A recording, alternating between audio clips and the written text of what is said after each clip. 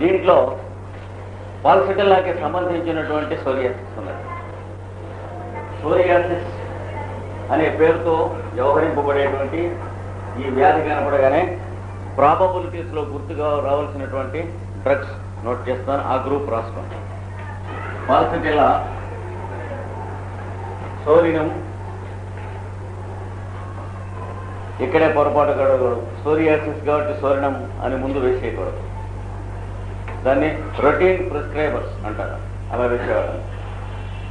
తర్వాత సోరియాసిస్కి కానీ సోరాకి కానీ సోరినం వేయటం ఐసోపతి తప్ప హోమియోపతి కాదు అని గుర్తించాలి. ఈ రెండు జ్ఞాపకం ఉంచుకో. సైలీషియా,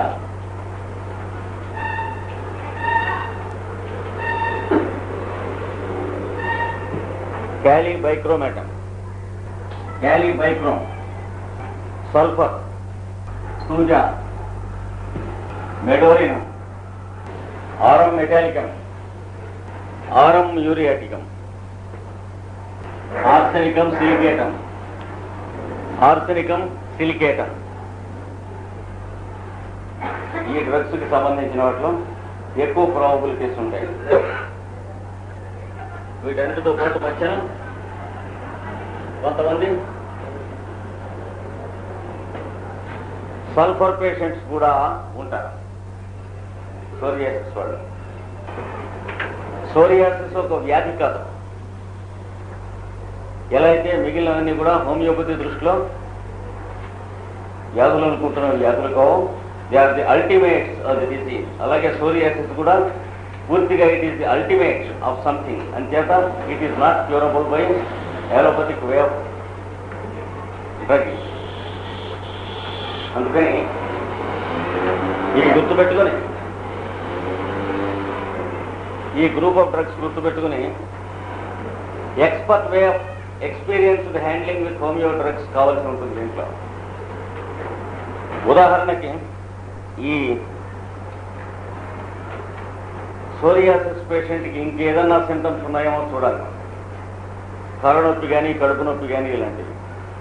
అవి బెడ్ మీద పడుకున్న తర్వాత వాడికి హెడేక్గా ఉన్న రోజుల్లో బెడ్ మీద పడుకుంటే ఎక్కువ అవుతుంది అనేటువంటిది కనుక ఉన్నట్లయితే ఆ ఇన్ఫర్మేషన్ మనం ఎలిసిట్ చేయడానికి ట్రై చేయాలి.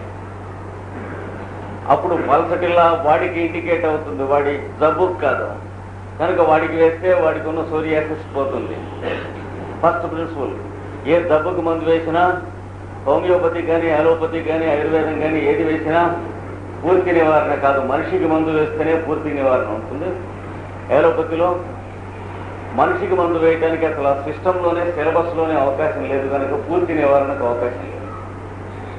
హోమియోపతిలో కానీ ఆయుర్వేదంలో కానీ అది మనిషికి మందు సెలక్షన్ ఉంటుంది. ఇక్కడ కూడా పాల్సిటిల్లా వాడు కనుకైతే వాడికి వచ్చిన ఏ జబ్బు అయినా తగ్గినట్లుగా సోరియాసిస్ కూడా తగ్గుతుంది. కానీ తగ్గాలంటే బాగా 5 సంవత్సరాలు కనిపించకుండా, ఈ మధ్యన ఎక్కడా కనిపించకుండా డిసపియర్ అయితే కానీ సోరియాసిస్ నిజంగా తగ్గినట్లు కాదు. చాలా రేర్ కేసుల్లో 5 ఏళ్ల తర్వాత కూడా మళ్ళీ కనిపించినవి ఉన్నాయి. కానీ మామూలుగా యావరేజ్గా 5 years మనం తీసుకోవచ్చు. ఎపిలెప్సీకి ఎలా అయితే 24 months మన హోమియో రికార్డ్స్లో there are thousands of cases radically cured. కానీ cure it takes not less than 2 years. అయిన తర్వాత total disappearance of the attack వచ్చిన తర్వాత 24 months అంటే మళ్ళీ 2 years కంటిన్యూస్గా కనుక డిసపియరెన్స్ వచ్చినట్లయితే then we have to believe that the person is for life cured of epilepsy. ఇలా ప్రతిదానికి కొన్ని రఫ్గా ఎస్టిమేట్స్ ఉన్నాయి మన లెక్క. సోరియాసిస్కి 5 సంవత్సరాలు మెర్సిలెస్గా వేసుకోవాలి. ఎందుకంటే ఒక్కొక్కప్పుడు కంప్లీట్గా డిసపియర్ అయిపోతుంది. అయిపోయి 6 నెలల్లో 7 ఏడాది అంటున్నారు తగ్గిపోయింది అని డాక్టరు అనుకోవచ్చు, పేషెంట్ అనుకోవచ్చు. మనం హోమియోలో ఒక 6 నెలలు మందిస్తే సోరియాసిస్ తగ్గిపోయింది అని హోమియోపతి డాక్టర్ అనుకోవచ్చు. 7 ఏడాది తర్వాత మళ్ళీ వాడు వచ్చేస్తాడు, చిరతపులు వెళ్ళే ఒళ్ళంతా పుండ్లతో. కనుక ఇవి చేస్తాం. సోరియాసిస్ ముఖ్యంగా చర్మం మీద ఉన్నటువంటి పట్టు పట్టేస్తుంది, డ్రైగా ఉంటుంది కదా. అది సామాన్యంగా చిన్న కక్కెర ఏదో ప్లేడో తీసుకుని ఆ పైన ఉన్న పొట్టంతా దాదాపు రోజు రాత్రిపూట ఒలిచేసుకుని దానికి సౌండ్ రాసుకుంటూ ఉండాలి, లేకపోతే బతకనివ్వదు, యమబాధగా ఉంటుంది. అలాంటి పరిస్థితుల్లో రాత్రి పక్క మీద ఎలికల పడుకున్నాక ఈ దురద ఈ పట్లు ఎక్కువ అవుతాయి. అది వాడు చెప్పగలిగితే బాల్సెటిల్లాడి. అలాగే వాడికి ఇంకేదన్నా తలనొప్పి ఉంటే ఎలికల పడుకుంటే నాకు ఎక్కువ అవుతుంది అని వాడు చెప్పగలిగితే ఆ తలనొప్పి ఉన్నటువంటి వాడికి సోరియాసిస్ క్యూర్ అవుతుంది రాడికల్గా బాల్సెటిల్లాగా. ఇలాగూ ఈ డిసీజ్ని అటాక్ చేయాల్సింది. అలాగే క్యాన్సర్ కూడా. క్యాన్సర్ అంటూ రాడికల్గా ఎక్కడైనా హోమియోపతిలో క్యూర్ అయింది అంటే అయిన చోట్లు ఉన్నాయి. కెంట్ చెబుతాడు, there are no doubt cases of cancer radically cured, but he is a rogue who professes that he cures cancer అన్నాడు. అంటే పబ్లిక్ని డిసీవ్ చేయటం, చీట్ చేయటం. చెప్పాను ఇది, క్యాన్సర్ మనిషిలో ఉంటుంది కానీ ఒక లొకేషన్లో ఉండదు. అల్టిమేట్స్ అంటే ఇంక్యూరబుల్ స్టేజ్ వచ్చినటువంటి కొన్ని మాసాల తర్వాత కానీ ఒక చోట ఉన్నటువంటి సెల్స్ క్యాన్సర్ అవు బాడీలో. మరి ఇంకా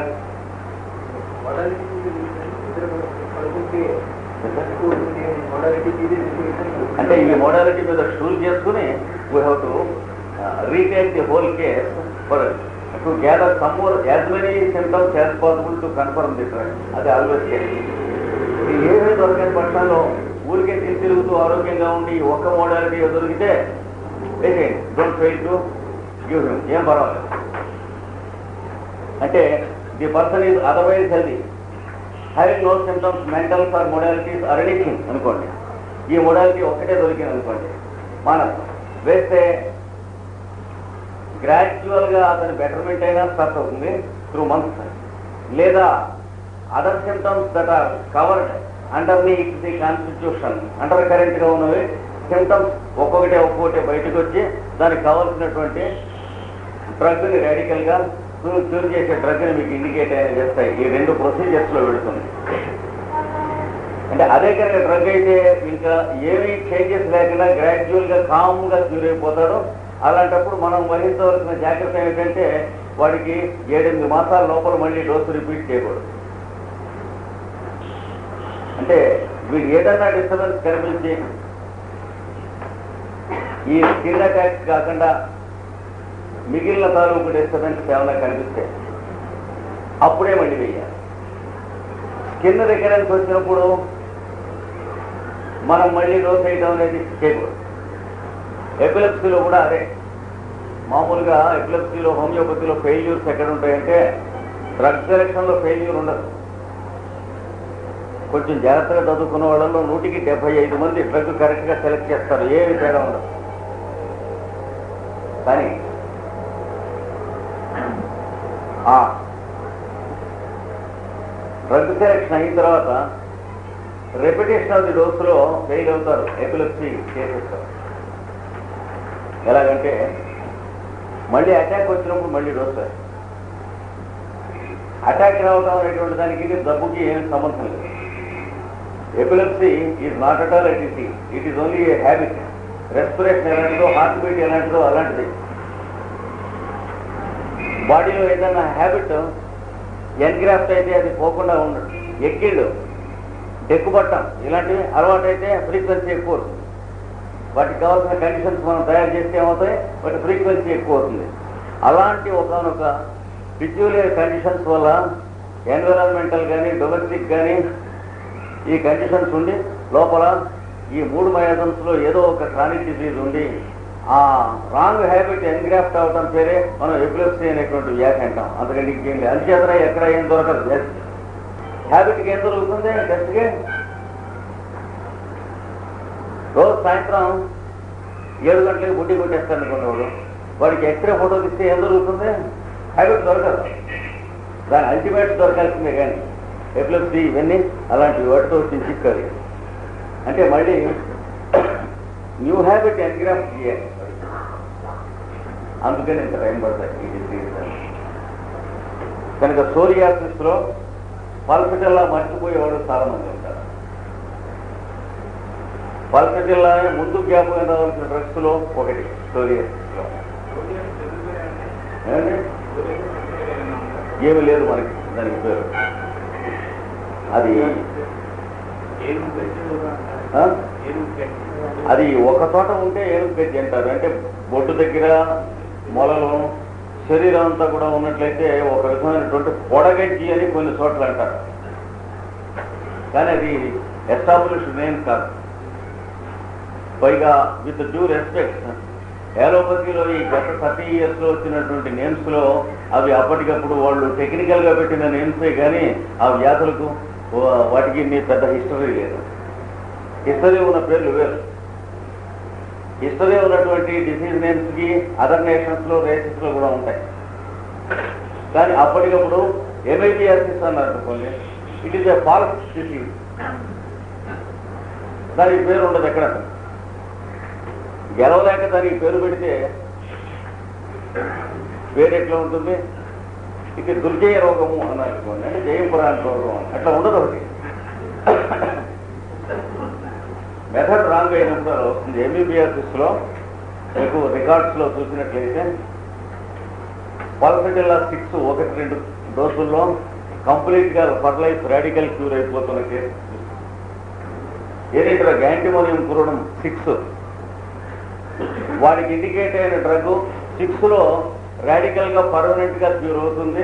ఎంబీబీఎస్ అని డిక్లేర్ చేయబడినటువంటిది అఫీషియల్ గా. ఇవి పల్స్ పిల్లలు బాగా గుర్తుంచుకోవాల్సినవి.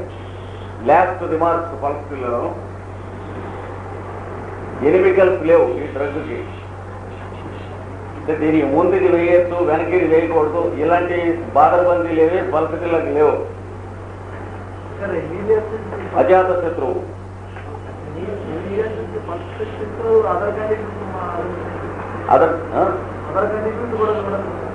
అంటే వాడు పల్సటిల్లా పేషెంట్ అని దొరికితే పల్స్ 6 తో క్యూర్ అవుతుంది. ఆల్వేజ్ ఆ హెడ్డింగ్ ఎప్పుడు అక్కడ ఉంటుంది. వాడు ఏ డ్రగ్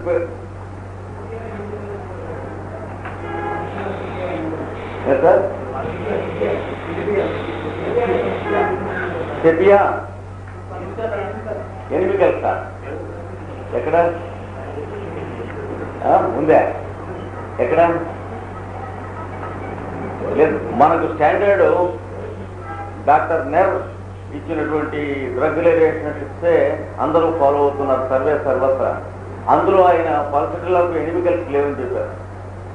అంటే మత భేదాలు కొన్ని ఉన్నాయి, కానీ కొంచెం లైఫ్ అంతా దానికి డివోట్ చేసినటువంటి వాళ్ళు మనం తీసుకుంటామే స్టాండర్డ్. నెర్ అలాంటి వాళ్ళలో ఒక ఆయన మనకు డ్రగ్ రిలేషన్షిప్స్ అనేటువంటి చిన్న పుస్తకం ఆయన ఇచ్చింది ఒకటి ఉంది, అది స్టాండర్డ్. అది కూడా వేరే పుస్తకం కాదు, ఆయన రాసినటువంటి నెర్స్ రిపర్టరీ అనేటువంటి పెద్ద వాల్యూములు 2 ఉన్నాయి. ఆ 2వ వాల్యూమ్లో చిట్ట చివరి భాగంలో ఇచ్చాడు. ఇది ఒక సెక్షన్ కింద. ఆ సెక్షన్ వేరే పుస్తకంగా మనకు దొరుకుతుంది కూడా. మనం అవే స్టాండర్డ్ కింద తీసుకుంటామే. పెద్ద డాక్టర్స్ అందరికీ సమ్మతం, మనకు కూడా అదే సమ్మతం. నా అనుభవంలో కూడా అది బాగానే ఉంది. దాంట్లో మిగతా వాళ్ళలో కనిపించినటువంటి కొన్ని కూడా ఆయన ఇచ్చాడు. ఉదాహరణకి చాలా ఎక్స్పెరిమెంట్స్ చేసి ఇచ్చాడు. ఇగ్నేషియాకి నక్సోమికాకి ఎనిమికల్స్ అని మిగతా వాళ్ళు ఎవరు గమనించలేదు, ఈయన గమనించి ఇచ్చాడు. అలాగే ఎసటిక్ యాసిడ్ వేసాక నక్సోమికా వేయకూడదు అని చెప్పింది ఆయన ఒక్కడే. చాలా జాగ్రత్తగా గమనించుకోవాలి. ఎసటిక్ యాసిడ్ వేసాక నక్సోమికా వేస్తే it never gives good result అన్నాడు. అంటే సంపద కానీ కేసు పేడ చేసి వదిలిపెడుతుంది. అవును, వర్తించదు. ఎందుకంటే ఎనిమికల్స్ దగ్గర ఎట్లా వర్తిస్తుంది? ఇప్పుడు అందరితో ఫ్రెండ్షిప్ గా ఉన్నటువంటి వాడు వాడంటే పడని వాడు ఒకడో అలా ఉండదు. వాడు ఏం చెప్పినా వెండి. అలాగే మనకి యాస్టీరియా రూబెన్స్ అని ఒక డ్రగ్ ఉంది, స్టార్ ఫిష్ పొటెంటైట్. దీని మెటీరియల్ కొంచెం చదువుకుని జాగ్రత్తగా ఉన్న వాళ్ళకి it has done wonder. Krishna జిల్లా నుంచి ఒక సోదరి గారు కాలు తీసేయమన్నారు ఆయనకి. అంటే కాలి మడవ మీద మ్యాలిగ్నెన్సీ డెవలప్ అయింది, క్యాన్సరు. అయితే ఆ ముత్యాల ముగ్గులో చెప్పినట్టు కాలు తీసేయమన్నారు. ఆయన పాపం ఆ కాలు పట్టుకుని ఎక్కడ తీసేస్తారో అని చెప్పి అలాగా తిరుగుతున్నాడు. తీసేయకుండా ఉండే పెద్దదయింది. అక్కడికి కొంత కండ తీసేశారు. అయిన తర్వాత after 3 months in king George hospital he came to our dispensary. వచ్చిన తర్వాత రిపర్టరైజ్ చేసే ఆయన కేసు యాస్టీరియా రూబెన్స్ ఈ డ్రగ్. సో 6 potencyలో ట్రీట్ చేస్తే నేను అసలు ఊళ్ళోనే లేను మన క్లినిక్లో ఉన్నటువంటి డాక్టర్సే క్యూర్ చేశారు.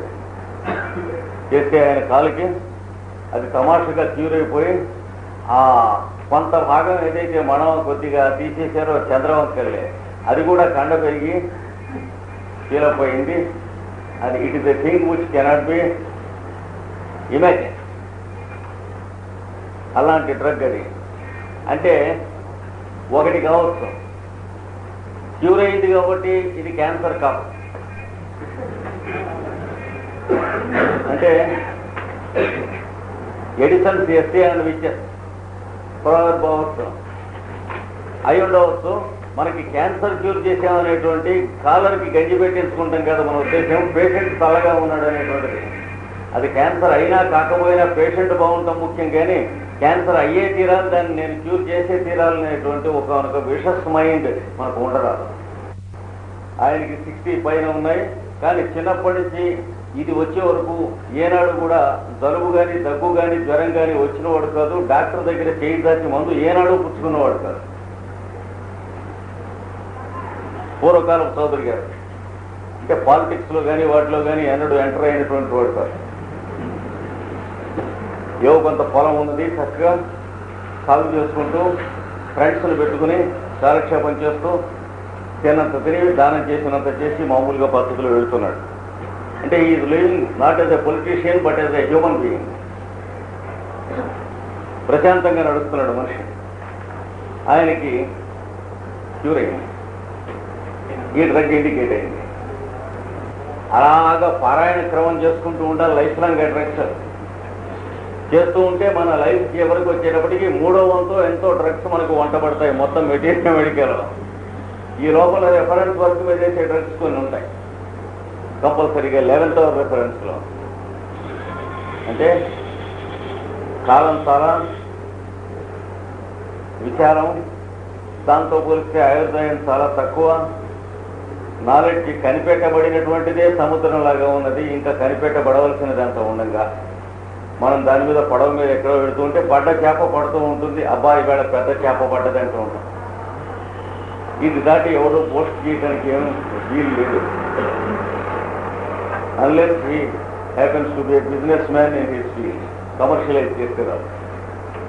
దీంతో ఆయన క్యూర్ అయ్యారు. ఆ డ్రగ్గు జాగ్రత్తగా స్టడీ చేస్తే మనం స్టార్ ఫిష్ అంటాం. అది వేశాక నక్సోమిక కానీ నక్సోమిక వేశాక ఈ డ్రగ్, అది వేశాక నక్సోమిక వేయకూడదు. ఇది నెర ఒక్కడే చెప్పాడు. ఎప్పుడన్నా ఈ డ్రగ్ వేయవలసిన వాళ్ళకి వేస్తే వాళ్ళకి కొంచెం విరచన బద్ధకంగా ఉందంటే నక్సోమిక వేయకండి అన్నాడు. Inimical nux vomica is inimical after asterias, not before. అంటే నక్సోమిక వేసిన వాడికి యాస్టీరియా రూబెన్స్ వేయచ్చు, కానీ యాస్టీరియా రూబెన్స్ వేసిన వాడికి ఇంకో డ్రగ్ మధ్య అడ్డం లేకుండా నక్సోమిక వేయకూడదు. ఇలా కొన్ని. అలాగే మనకి మీకు ఎదురు మెన్షన్ చేశాను, రానన్కులస్ బల్బోసస్ అనేటువంటి ఒక డ్రగ్. అంటే ఆర్థరైటిస్, రొమటిక్ ఆర్థరైటిస్, తర్వాత కార్డియక్ ఇన్వాల్వ్మెంట్ ఉన్నటువంటి రొమాటిజము, ఇవన్నీ history of past history of gonorrhea to the patient or born to a gonorrheal father or a grandfather. ఇది రానన్కులస్ బల్బోస్ ఉన్నటువంటి లక్షణాలు. సామాన్యంగా రూస్టాక్స్ లక్షణాలతో చాలా వరకు సమానంగా ఉంటాయి. రూస్టాక్స్తో సరిపెట్టేస్తూ ఉంటారు ఈ పేషెంట్స్కి. తాత్కాలికంగా తథ్యానికి అంటారే తగ్గుతూ ఉంటుంది, మళ్ళీ వచ్చేస్తూ ఉంటాయి. ఒక 25-30 రూస్టాక్స్ మోతాదులు అయిన తర్వాత ఇంకా తగ్గదు. తర్వాత రూస్టాక్స్ తరువు మిగతా సిమ్టమ్స్ వాళ్ళలో ఎన్క్రాఫ్ట్ అవుతాయి మనం టూ మచ్గా ఇస్తాం. ఎక్కువ మందికి రూస్టాక్స్ మీద ఉపశాంతి జరుగుతూ ఉంటుంది వీళ్ళకి. రానన్కులస్ బల్బోస్ ఈ డ్రగ్ తో ట్రీట్ చేసిన తర్వాత దీని తర్వాత సల్ఫర్ వేయరా, ఇది కూడా నెర్రేజ్ చెప్పాడు. ఈ డ్రగ్ రిలేషన్షిప్స్ బాగా ముఖ్యం. Never give sulphur after ranunculus bulbosus. అలాగే ఇదివరకు మనం చెప్పుకున్నటువంటి రూస్టాక్స్ తర్వాత ఎపిస్ ఇవ్వకండి. Never give apis after rhus tox or rhus tox after apis, mutually ఇన్వికెంట్స్. Never give silicea after mercury medicines, Mersol or Mercur, anything, or mercury after Silesia. It will have disastrous results.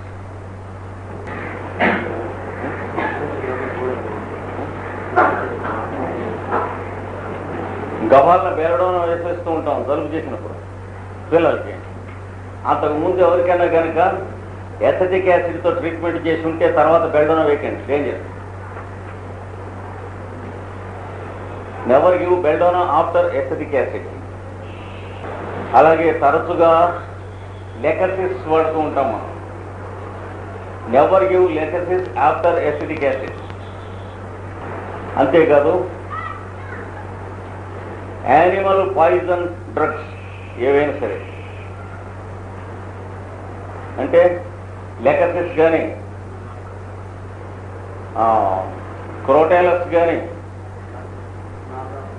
నజా అట్లాంటివి, snake poisons లాంటివి, బొంగేరస్ ఇట్లాంటివి animal poisons. Apis animal poison, Apis mellitus అంటే తేనెటీగ యొక్క విషం. అలాగే టారెంట్యులా హిస్పానా, మనం ఎరుగున్నంతలోనే కొన్ని పదుల కాళ్ళు తెగొట్టక్కర్ లేకుండా గ్యాంగ్రీన్లో రక్షించి వదిలిపెట్టింది. తెగొట్టడానికి రెడీ అయినటువంటి కేసులు. టారెంటులా హిస్పానా అంటే a very dangerous type of spider, very poisonous. సాలి పురుగు విషం.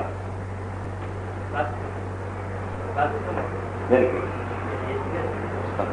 ఇవన్నీ animal poisons.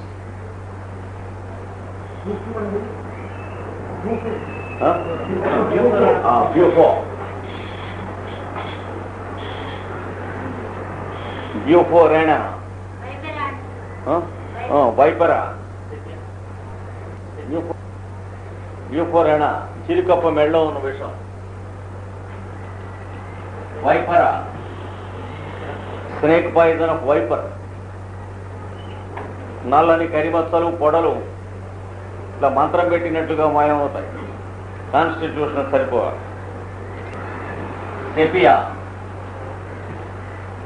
Sepia cuttlefish అనేటువంటి చేప కడుపులో సిరా లాంటి విషం, పాయిజనస్ సబ్స్టెన్స్.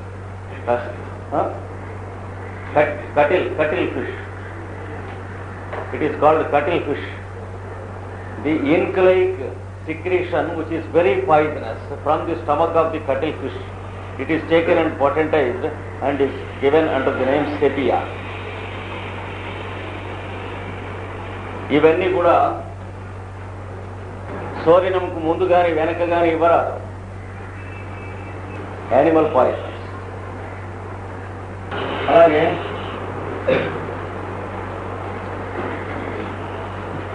కాస్టికం అనే డ్రగ్ ఉంది.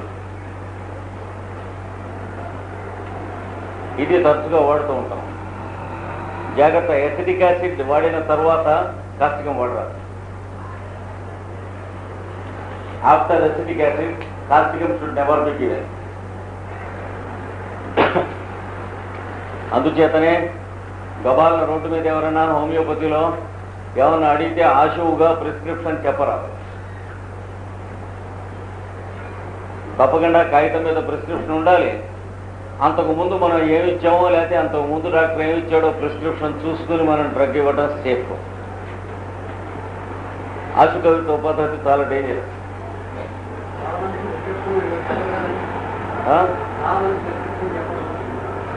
అది మరి మనం ఏం చేయలేము. ఎలా దండం పెట్టా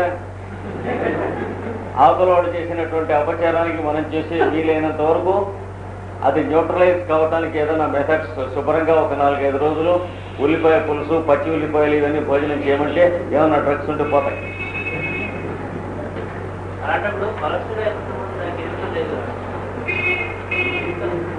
పల్సటిల్లా ఇస్తే న్యూట్రలైజ్ కావు, జాగ్రత్తగా గుర్తుంచుకోవాలి. నక్సానుగా ఇచ్చినా, పల్సటిల్లా ఇచ్చినా, సల్ఫర్ ఇచ్చినా మన దగ్గరికి కొత్తగా వచ్చిన వాడికి అంతకుముందు సిమ్టమ్స్ కన్ఫ్యూజ్ అయి ఉంటే, అంతకుముందు వాడిన మందుల తాలూకు సిమ్టమ్స్ కనుకైతే వాటిని రీఅరేంజ్ చేస్తాయి తప్ప అంతకుముందు ఉన్న మందుల్ని న్యూట్రలైజ్ చేయవు. నక్సానుగా ఒకటి చేస్తుంది చాలా వరకు, యథాశక్తి చేతనైనంత వరకు. మిగిలినవి సల్ఫర్ కూడా కొన్నిటిని చేస్తుంది.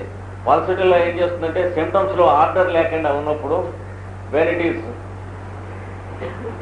Jumbled with some treatment previously, ఏదేదో డ్రగ్స్ అన్ని పడ్డప్పుడు సిమ్టమ్స్ దొరకకుండా, డ్రగ్ దొరకకుండా, ఏ డ్రగ్లోకి ఇండికేట్ అవుతుందో దొరకకుండా ఉన్నప్పుడు పల్సటిల్లా టైప్ ఆఫ్ కాన్స్టిట్యూషన్ అంటే ప్యాసివ్ మైండ్, విల్ పవర్ తక్కువ, వీపింగ్ నేచర్ ఎక్కువ ఉన్నటువంటి కాన్స్టిట్యూషన్స్లో పల్సటిల్లా వేస్తే అది ఆ సర్ఫేస్ క్లియర్ అయిపోయి సిమ్టమ్స్లో ఒక ఆర్డర్ ఎస్టాబ్లిష్ అవుతుంది, వాడికి కావాల్సినటువంటి డ్రగ్ ఇండికేట్ అవుతుంది. That never means that pulsatilla న్యూట్రలైజెస్ the previous medicines.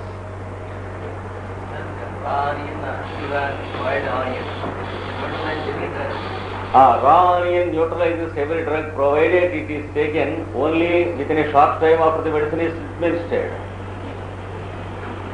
For example, some deep drugs like lycopodium, acid phosphoricum, and they go very deep into the constitution and they live with the patient up to the grave అన్నాడు కెంటర్.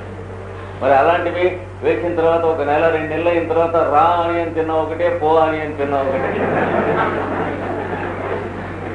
వెంటనే అయితే మాత్రం షూర్గా neutralise చేసేస్తాయి. ఏం చేయాలి?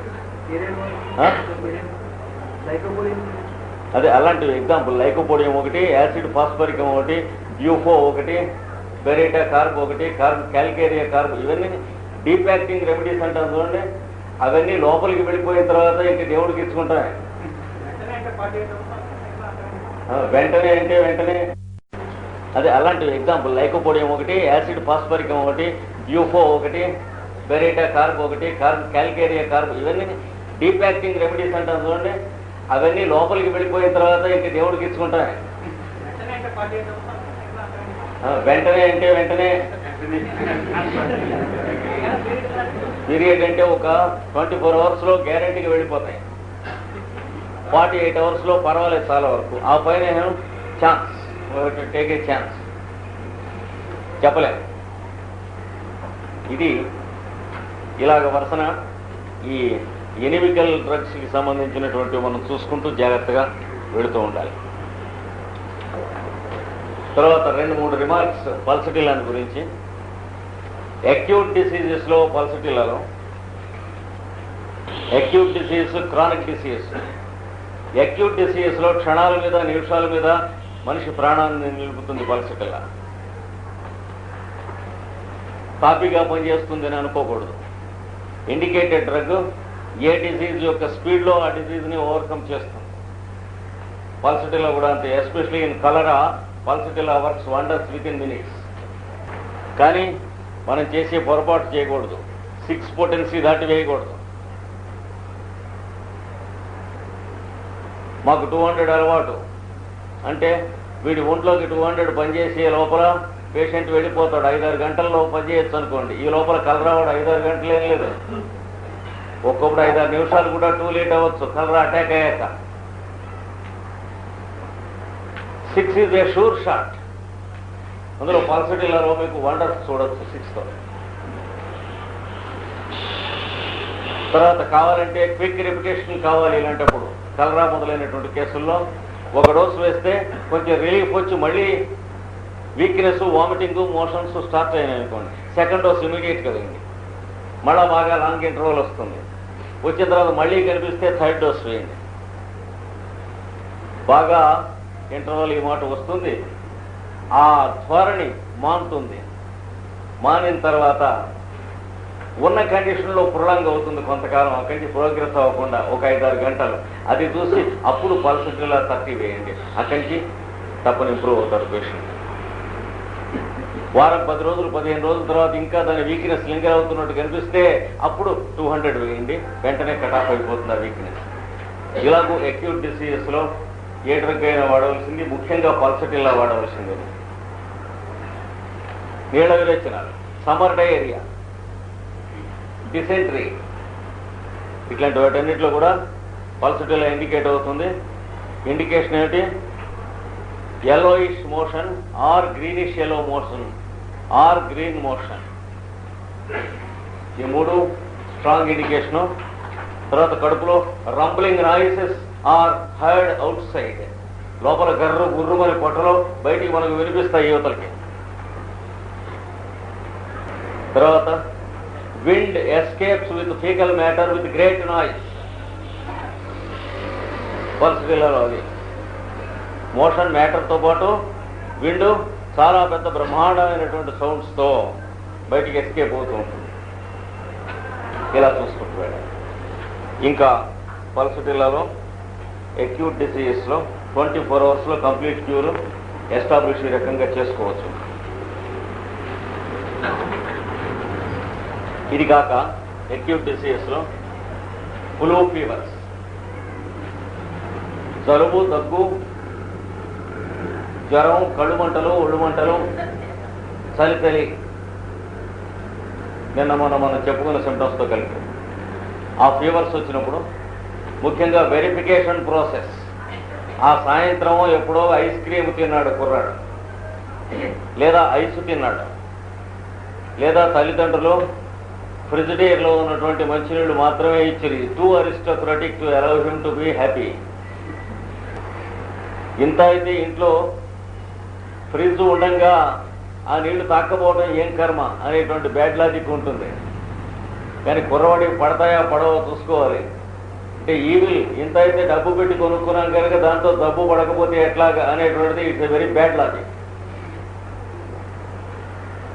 కుర్రవాడికి ఆ నీళ్ళు ఇచ్చినా సరే ఐస్ ముక్క అడుగుతాడు వాడు, అది ఇచ్చినా సరే ఐస్ క్రీమ్ క్వాలిటీ కోసం చేపట్టుకుని అవుతాడు పార్క్ దగ్గర.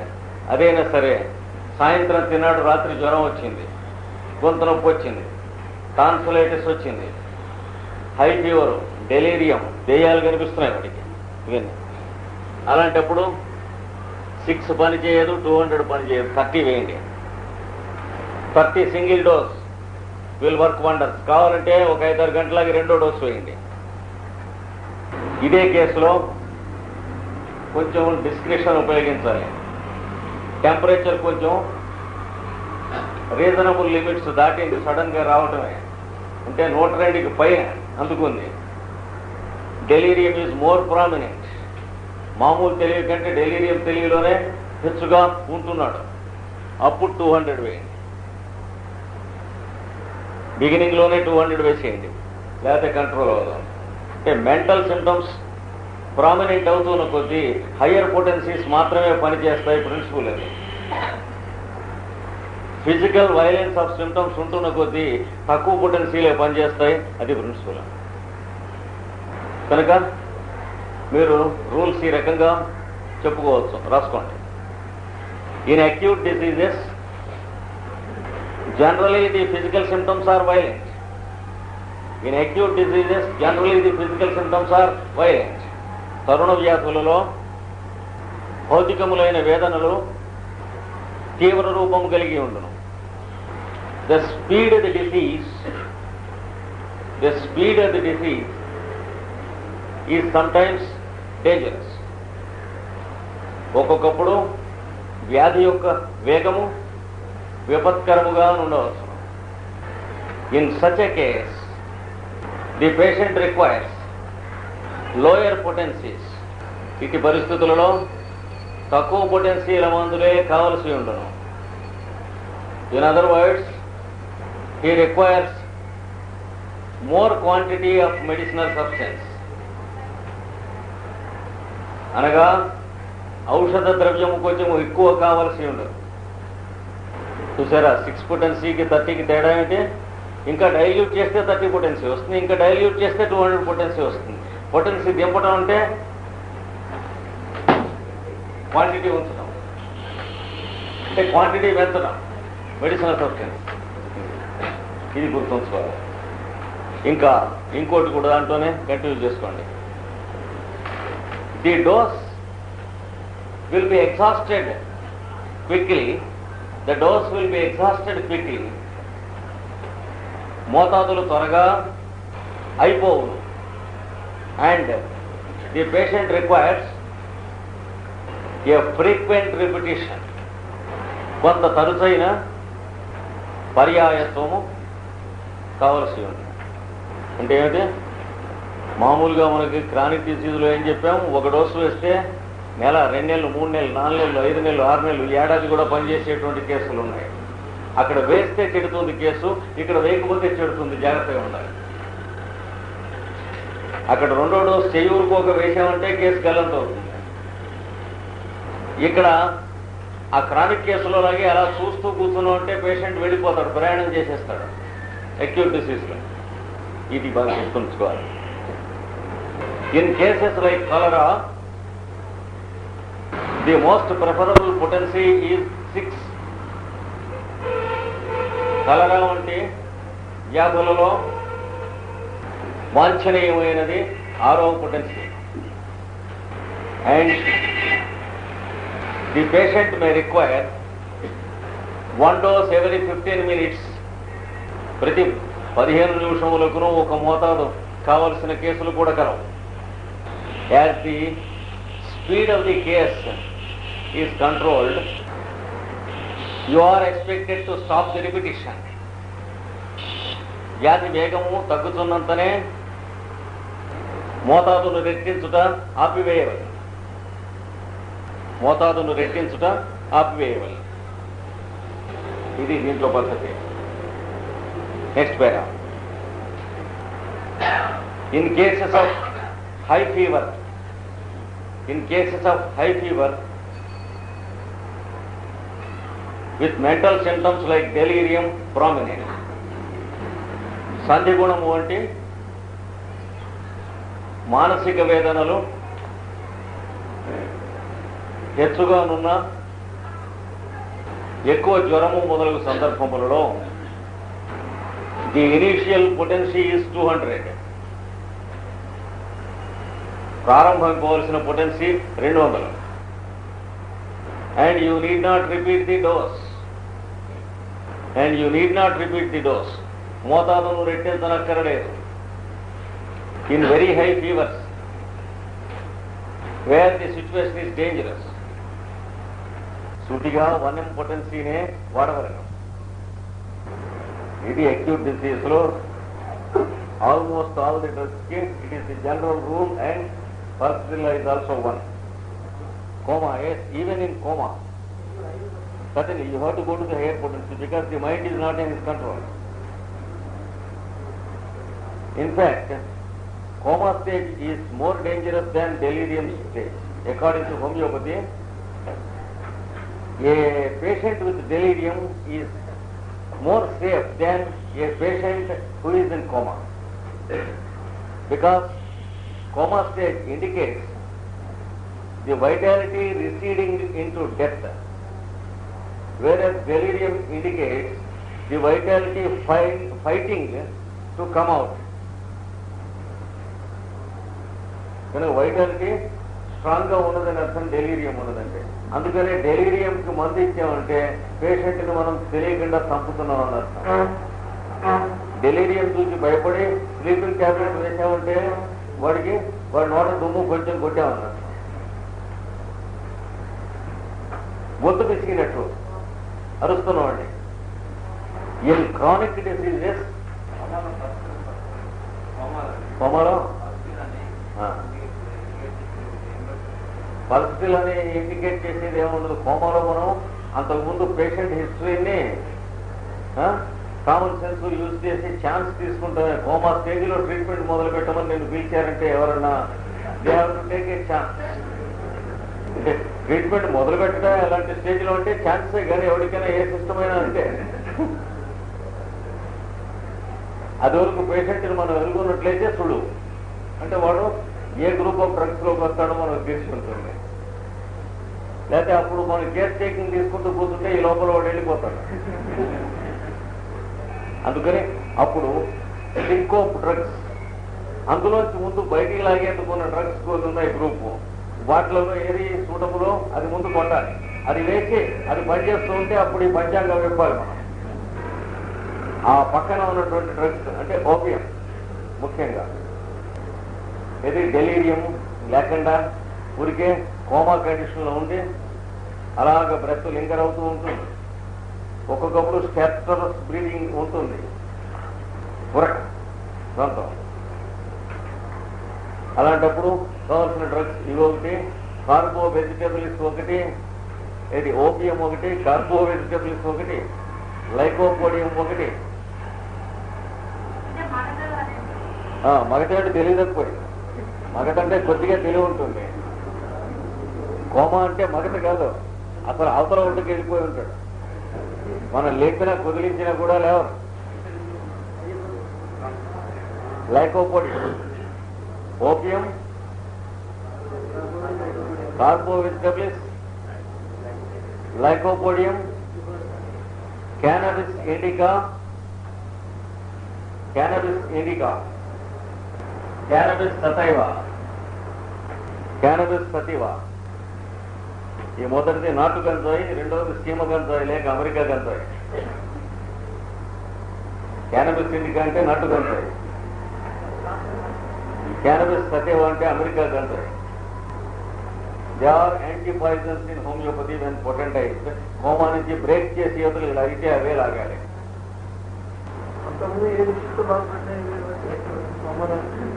ముందు ముందు అందులో చేతులు లాగటానికి అక్యూట్ కండిషన్ మీద కొడుతున్నాం. అంతకుముందు లెక్కలన్నీ వేసుకునేందుకు టైం లేదు. పేషెంట్ని ఆ స్టేజ్లో దగ్గరికి తీసుకొచ్చి హోమియోపతి అంటే మాకు చాలా నమ్మకం అంటారు. నో లో potency, the patient is having his grip of mind being last కదా. మరి అంటే వైటాలిటీకి మైండ్కి గ్రిప్ పోతూ ఉంది, అందుకని పైన కొట్టాలి. లో పొటెన్సీ కాదు, 200. అంతకంటే పైన వేస్తే వైటాలిటీ తక్కువగా ఉంటుంది కనుక మనం మందు వల్ల చచ్చిపోతాడు. అంతకంటే తక్కువ వేస్తే పని చేయదు. 200 సేఫెస్ట్ పొటెన్సీ అలాంటప్పుడు బతికి యువతలు పడతాడు. ఈ లోపల మనం మిగతా మందులు వాడాలి. చైనా పని చేయదు. ఎలిబోరస్ కూడా పనిచేయదు, ఎందుకంటే 48 గంటలు కావాలి ఎలిబోరస్కి పనిచేయడానికి. కోమాలో ఉన్నవాడు 48 గంటలు అనే కండిషన్ ఉండదు సామాన్యంగా. చైనా అనేటువంటిది డెబిలిటేట్ అయిపోయి వీక్నెస్తో చెమటలు పట్టి గుండె అయిపోతూ గుండె దడతో ఉన్న కేసులు ఇవి ఎలాంటివి కావు. గుండెకి వీటికి సంబంధం లేదు. అంటే ఇవి మైండ్కి కాన్స్టిట్యూషన్లో ఉన్న ఫిలమెంట్స్కి మధ్యన సంబంధం తెగుతూ ఉంది. చైనా మొదలైనవి హార్ట్కి మనిషిలో ఉన్నటువంటి లోపల ఉన్న ఇండివిజువల్కి మధ్యన సంబంధం తెగుతుంది. రెండు సెంటర్స్ మొన్నే ఈ శరీరం అనేటువంటి పరుపుకి స్టిచ్ చేసి కట్టి ఉన్నటువంటి టాకాలు రెండు, అంటే బంధులతో కుట్టి వచ్చినటువంటి కేంద్రాలు పెద్దవి 2, చిన్నవి ఇంకొక 5 ఉన్నాయి. మొత్తం 6 చక్రాలు, ఒక సహస్రారం ఉంటారు. అందులో ముఖ్యంగా 2, ఒకటి మైండ్ అంటే బ్రెయిన్ సెల్స్ దగ్గర ఇండివిజువల్కి బాడీకి మధ్యన మైండ్ ఒక రివేట్ వేసి ఉంచుతుంది. హార్ట్ వెనుక ఉన్నటువంటి సెంటర్లో హార్ట్కి బాడీకి ఇండివిజువల్కి మధ్యన రివేట్ ఒకటి ఉంటుంది. హార్ట్ దగ్గర పనిచేసేటువంటి డ్రగ్స్లోవి చైనా మొదలైనవి. మైండ్ దగ్గర గ్రిప్ పోతూ ఉన్నప్పుడు పనిచేసేవి ఇందాక నేను చెప్పిన లైకోపోడియం, ఓపియం మొదలైనవి. అంటే ఆల్ నార్కోటిక్స్, టొబాకో మొదలైనటువంటివి. They cut off the relationship between the individual and the constitution via brain cell. మాదక ద్రవ్యములని ఏవైతే చెబుతామో అవన్నీ కూడా లోపల దేహానికి ఉన్న సంబంధం బ్రెయిన్ సెల్స్ దగ్గర కట్ ఆఫ్ చేస్తాయి. అంచేత అవి పొటెంటైజ్ చేస్తే బ్రెయిన్ సెల్స్ దగ్గర కట్ ఆఫ్ అవుతున్నటువంటి సిచ్యువేషన్లో మళ్ళీ ఎస్టాబ్లిష్ చేస్తాయి. కనుక మాదక ద్రవ్యాలన్నీ కూడా పొటెంటైజ్ చేస్తే they are antipoison. All narcotics when potentized they are anti-narcotics. అందుకని ఇక్కడ పనిచేస్తారు. ఎంత టైం ఏం లేదు, వితిన్ హాఫ్ అన్ అవర్ మనకి రిజల్ట్ కనిపించాలి, మ్యాక్సిమం టైం. అంతకంటే టైం ఉండదు. లాంగ్ కోమాస్ కి గ్రూప్ ఆఫ్ డ్రగ్స్ వేరే ఉన్నాయి, అవి వేరు. మనకి ఇప్పుడు చెప్పినవి టైఫాయిడ్ మొదలైనటువంటి వాటిలలో వచ్చే కోమా, లాంగ్ కోమాస్ ఉండవు వీటిలలో. మహా ఉంటే టైం 24 అవర్స్, మ్యాక్సిమం 24 అవర్స్ ఉంటుంది. టైఫాయిడ్ స్పాయిల్ అయినా, న్యూమోనియా స్పాయిల్ అయినా కోమాలోకి మనిషి పెడుతూ ఉంటాయి. అంటే దాదాపు ఎక్కువ కేసులు ఫ్యాటల్, ఎందుకంటే ఫిజికల్ వెహికల్ ఫ్యాక్టర్ అయితే కానీ కోమాలోకి వెళ్ళదు ఈ కేసులో. When once the physical vehicle is shattered and the biochemistry is disturbed, it can never be established and very rarely it can be established. Chain actions of chemistry కదండి body ఎంతనో. అది ఒక్క మాట ల్యాబొరేటరీ పగలగొట్టారట అంటే ఇంకేం చేస్తారో. కనుక ఎనాటమీతో అర్థమయ్యే విషయాలు కావు, వైటల్ ఫోర్స్ సంబంధించినవి.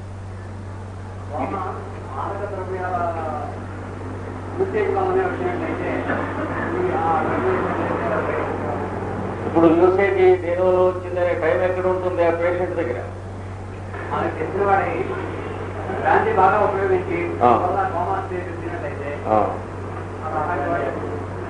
ఏది ఉపయోగించినా అప్పుడున్న స్టేజ్కి ఇప్పుడు చెప్పిన డ్రగ్స్ మనం స్టడీ చేసినటువంటి అంతకుముందు మనకు ఉన్నటువంటి ఫెమిలియారిటీతో బట్టి ఏ డ్రగ్ ఇండికేటెడో అదొక్కటే ఇండికేట్ అవుతుంది. అంతేగాని కాజేషన్ ఎక్కువ పనిచేయదు. కాజేషన్ ఎక్కడంటే నాన్ డేంజరస్, ఇమీడియట్ డేంజర్ లేనివన్నీ షూర్గా మనిషిని చంపేవి 10 సంవత్సరాల నుంచి, అంటే క్రానిక్ డిసీజెస్ అంటారు చూడండి, వాటిలలో మనకి కాజేషన్ బట్టి డ్రగ్ సెలెక్ట్ చేయడానికి పనికొచ్చేది.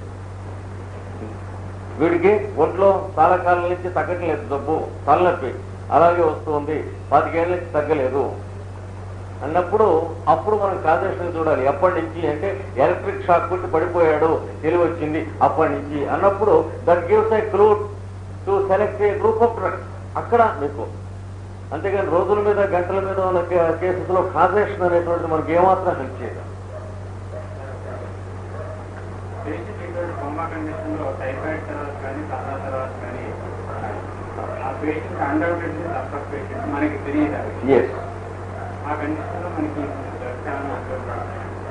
ఈ డ్రగ్స్ తప్పకుండా ఉపయోగపడతాయి. If the lungs or heart or vital centres are not shattered beyond repair, definitely these drugs will bring the patient out and then will give you the indications of the drug that is to be given. Question ఏం లేదు. దానివల్ల వాడి అదృష్టం వల్ల ఆ physical vehicle ఎంత shatter అయింది అన్నదే.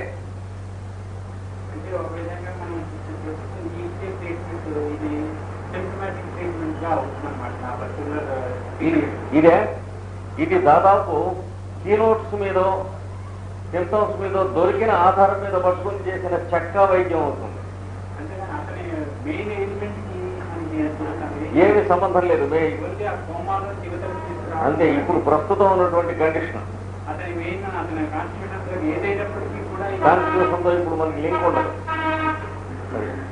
వీడెన్నడూ ఏం ఉపచారం చేసిన వాడు కాదు, ఎక్కడ డిఫాల్ట్ చేసిన వాడు కాదు. వాడి మీద కేసు బనాయించారనుకోండి, కోర్టులో ఉన్నాడు, వాడిని బయటికి లాగటానికి లీగాలిటీసే కావాల్సి వస్తాయి, కానీ వాడి ప్రీవియస్ మొరాలిటీ మొదలైనటువంటివి they can never be an evidence. అట్లాగే ఇక్కడ కూడా అంటే వాడిని యువతలో లాక్కొచ్చి అప్పుడు పబ్లిక్ని బాధొస్తాడు, ఏమిటిరా ఎవరైనా బుద్ధి లేదా అని పేపర్లలో ఎడాపెడా ఇష్టం అవ్వపోయినా అంటే వాడు ఒక మాట బతికాక ఏదైనా చేయొచ్చు. అందుకనే కెంట్ హ్యానిమన్ ఆర్గనాల్లో కూడా చెబుతాడు, అక్యూట్ కండిషన్ లో ఉండగా క్రానిక్ డ్రగ్స్ తో ట్రీట్మెంట్ చేయొద్దని. అక్యూట్ కండిషన్ లో అప్పుడు ఇండికేట్ అయిన డ్రగ్ తో ట్రీట్ చేయండి, దాని నుంచి బయటపడతాడు. ఇప్పుడు వాడిని మీరు మెల్లిగా డ్రగ్ సెలెక్ట్ చేసి వాడికి ఏడాదో 2 ఏళ్ళో 3 ఏళ్ళో 4 ఏళ్ళో పర్ఫెక్ట్ హెల్త్ ఎస్టాబ్లిష్ అయ్యే ట్రీట్మెంట్ అంటే అప్పుడు వస్తుంది. అలాగే ఇవి మనం గుర్తుంచుకోవాల్సిన క్రానిక్ దాంట్లో కూడా రాసుకోండి 2 ముక్కలు. ఏమన్నారు?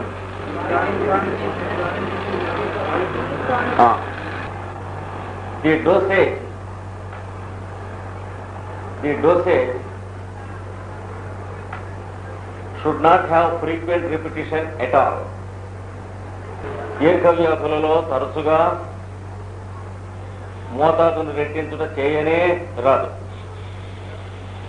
The first dose gives you the best opportunity to understand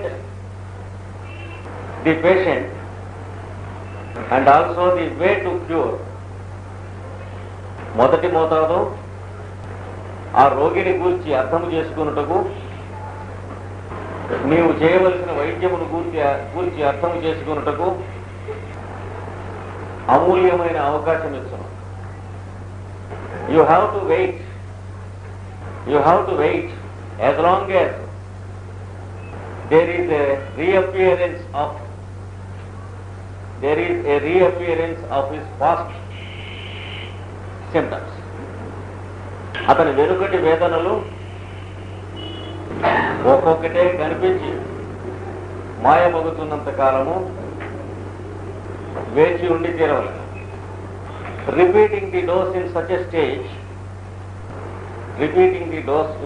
stage or changing the medicine will complicate the whole issue and prolong the course of treatment for years.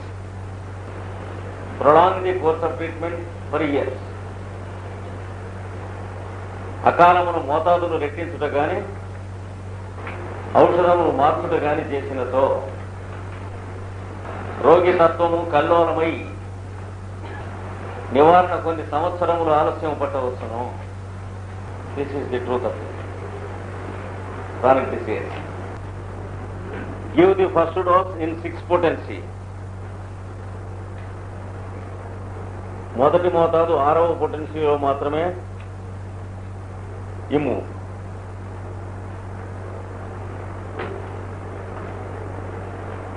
It works for weeks or sometimes months.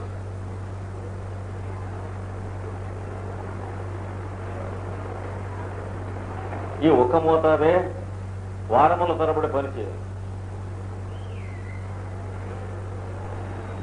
ఒక్కొక్కప్పుడు నెలల తరబడి పనిచేయదు. Single dose.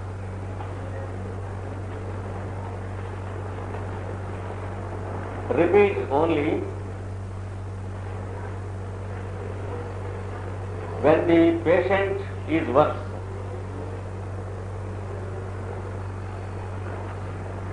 and not at all when the symptoms are worse.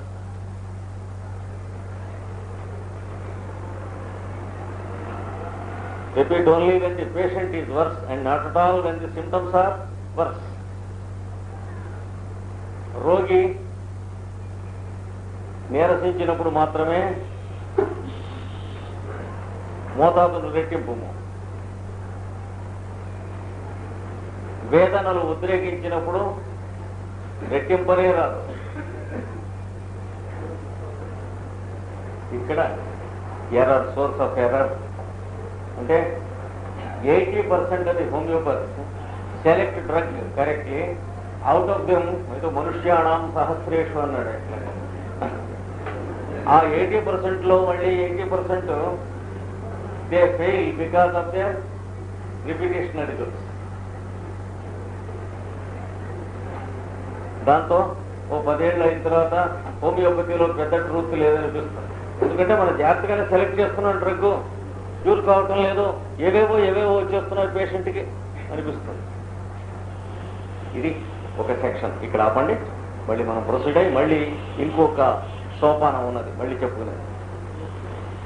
Now we have finished పల్సటిలా అందులో ఇంకా ఉన్నటువంటి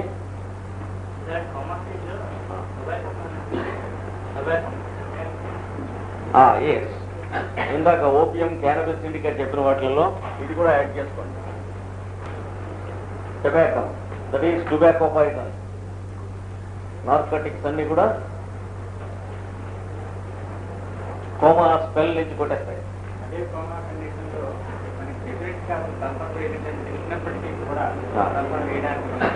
sulphur వేయడానికి వీలు లేదు, కానీ మీరు ఆ కోమాకి వేసిన డ్రగ్ పని చేయకపోతే వెంటనే సల్ఫర్ 6 వేస్తే అది పనిచేస్తుంది.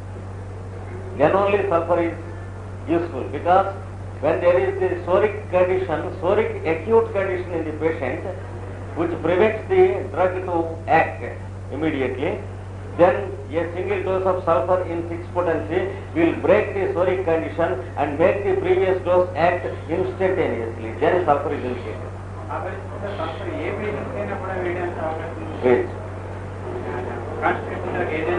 ఏదైనప్పటికీ కూడా వాడికి అప్పుడు వేసినటువంటి డ్రగ్ ని యాక్ట్ చేయించడం కనుక లేకపోతే సల్ఫర్ వేయాలి. అందుకనే మనం సల్ఫర్ చెప్పుకుంటూ సల్ఫర్ మెటీరియా మెడికల్లో ఉన్న కీనోట్స్ లో వన్ ఆఫ్ ది కీనోట్స్ మనం ఏం చెప్పుకున్నాం, when indicated remedies fail to act అన్నది that is one of the symptoms of sulphur అని చెప్పుకున్నాం.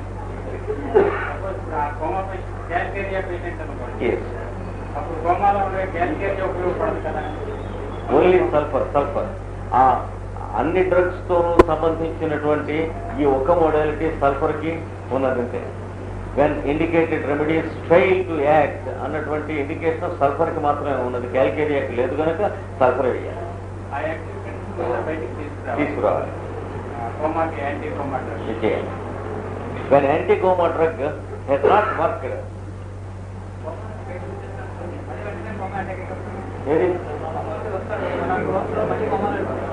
that means the case is not curable. Try one more dose. మనం చేసేది రేసింగ్ అలాంటప్పుడు క్యూరబిలిటీ ఉన్న స్టేజెస్ లో కానీ మనకి ఏదన్నా క్యూరబిలిటీ లేని స్టేజెస్ లో మనం చేసేది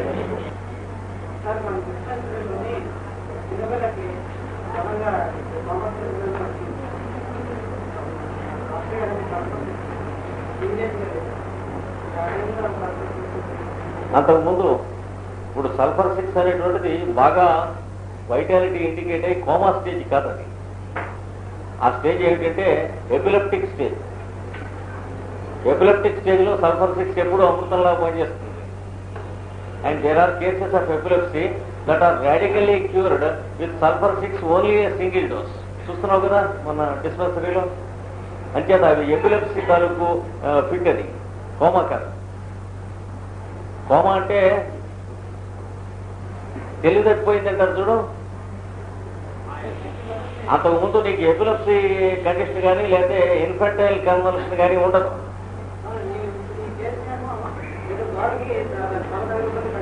yes, it is a shock. therefore the vitality is strong and normal. Coma కేసులో అట్లా ఉండవు. వైటాలిటీ అంతా అయిపోయి చివరి స్టేజెస్ లో వస్తాయి. అది తేడా. అందుకనే మనం డిస్పెన్సరీ అటెండ్ అవడం అనేటువంటి దాంట్లో ఎక్కువ బాగా మనకు బోధపడుతుంది. డిస్పెన్సరీలో ఆ ప్రిస్క్రిప్షన్స్ చూస్తూ అడుగుతూ ఉండాలి, తప్పేం లేదు. అడిగితే అఫెండ్ అవడం అనేది ఉండదు. వాళ్ళు ఎవడన్నా అడిగితే అఫెండ్ అయ్యాడంటే వాడు హోమియోపతి డాక్టర్గా పనికిరాడు. The psoric.